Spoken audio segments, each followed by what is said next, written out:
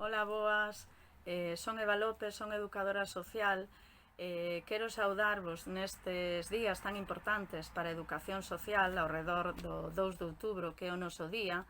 para festexar que traballamos e estudamos nunha profesión que nos dá moitas alegrías e satisfaccións, pero tamén, a vez,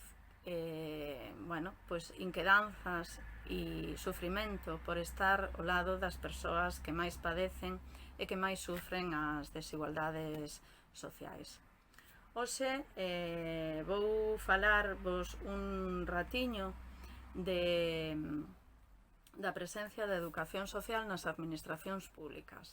Ao pensar nesto, véñeme á cabeza un sinfín de reunións e de traballo a prol do recoñecemento e da visibilización da nosa figura profesional nestas administracións, nos concellos, nas diputacións, nas diferentes consellerías e organismos da Xunta de Galicia. Para que? Para introducir a categoría de educación social nas RPTs coa titulación de educación social. Lembro en concreto moitísimas reunións coa Dirección Xeral de Función Pública para conseguir isto mismo, que no convenio único conste a categoría de educadora e educador social coa titulación, co requisito de titulación de educación social e non outro. Despois de casi 20 anos, isto non se ten logrado, e vos vou a comentar por que, desde o meu punto de vista, non conseguimos un avance en algo que suporía un punto e aparte para a educación social na administración pública. Non o conseguimos porque as decisións sobre educación social son políticas e se toman no Parlamento de Galicia e nos despachos da Xunta de Galicia. E ata agora gobernou o Partido Popular e necesitamos, crédeme, un cambio de goberno, ter un goberno progresista, sensible coa igualdade, sensible coas necesidades sociais das persoas e que crean a súa dignidade e que sexa capaz, por fin, de facer este cambio. Ainda lembro, hai un ano que saíamos á rúa coas compañeiras para exixir o que nos é lexítimo. Porque existe, ademais, unha contradición entre a grande necesidade de educación social que temos para que a xente avance cara a proxectos vitais de maior satisfacción das súas vidas e de maior dignidade e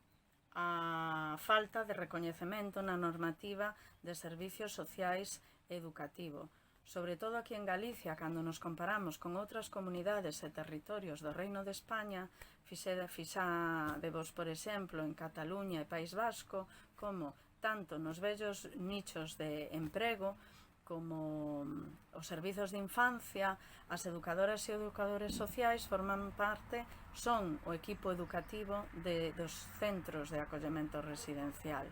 non outros. Tamén noutros ámbitos que puderan ser máis innovadores, aínda que, non tanto, porque na Comunidade Autónoma de Extremadura xa no ano 2002, hai 18 anos, que as educadoras e os educadores sociais entraron a formar parte dos centros educativos. Entón, vemos como nós seguimos a ter un débil desenvolvemento do estado do benestar e como outras comunidades avanzan máis rapidamente. Vexamos a comunidade Baleares, por exemplo, como que acabamos de ver que acaban de sumar 51 educadoras e educadores sociais aos centros educativos. Tamén, cando non vai ser a única medida para o sistema educativo, sino que ademais van a crear listas para sustitucións express por la situación de pandemia que vivimos. Entón, a educación social é política e ten que ver con que en Baleares goberna existe un equipo de goberno progresista e o conselleiro de Educación, Investigación e Universidade é Martí Mach, que é catedrático de Pedagogía Social e unha persona que sempre apostou e defendeu a educación.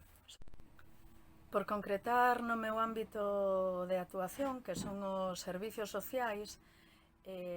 nos 4 anos de legislatura do bipartito deronse grandes avances e contamos, por exemplo, por primeira vez co recoñecemento da titulación de Educación Social como requisito na RPT do Consorcio Galego de Servizos de Igualdade e Benestar. Por primeira vez existía nunha RPT da Xunta de Galicia a categoría de Educación Social, a vez que se puxeron en marcha sin fins de medidas e actuacións que repercutían na educación social. A Lei de Servicios Sociais do ano 2008 propiciou que o posterior decreto de Servicios Sociais Comunitarios introducira a figura da educación social tamén dentro das áreas de traballo social e educación social, as UTEs. E seguimos a ter neste ámbito unha falta crónica de profesionais da educación social que fai que os servicios sociais sexan asistencialistas e pouco educativos. E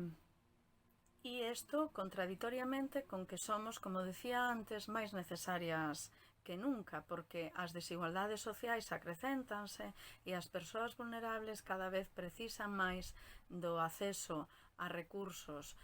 tecnolóxicos, de educación, de cultura, a información, ao noso acompañamento socioeducativo. Para que toda a cidadanía goce destes dereitos é fundamental a aprobación dunha lei de educación social que me consta que o Consello Xeral de Colexios Profesionais do Estado e tamén o noso colexio profesional aquí en Galicia levan anos procurando.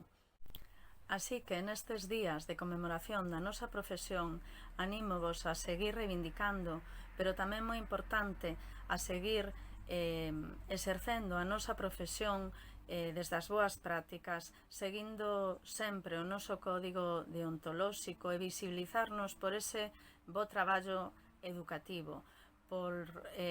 traballar coas gafas de xénero, recoñecéndonos entre nós, porque a unión fai a forza e necesitamos estar fortes para seguir transformando, para seguir denunciando as desigualdades e para poder seguir estando ao lado das que máis nos necesitan, das empobrecidas, das esquecidas, das marxinais, das violentadas, e tecer e construir con elas outras historias vitais e comunitarias desde a igualdade, desde a redistribución da riqueza, desde o decrecemento para a felicidade. En relación con esta aspiración,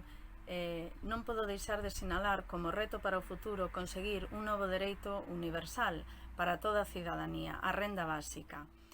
Neste sentido, pídovos que asinedes unha iniciativa cidadá europea a prol da renda básica universal, individual, suficiente e incondicional, que aseguraría que en todos os países da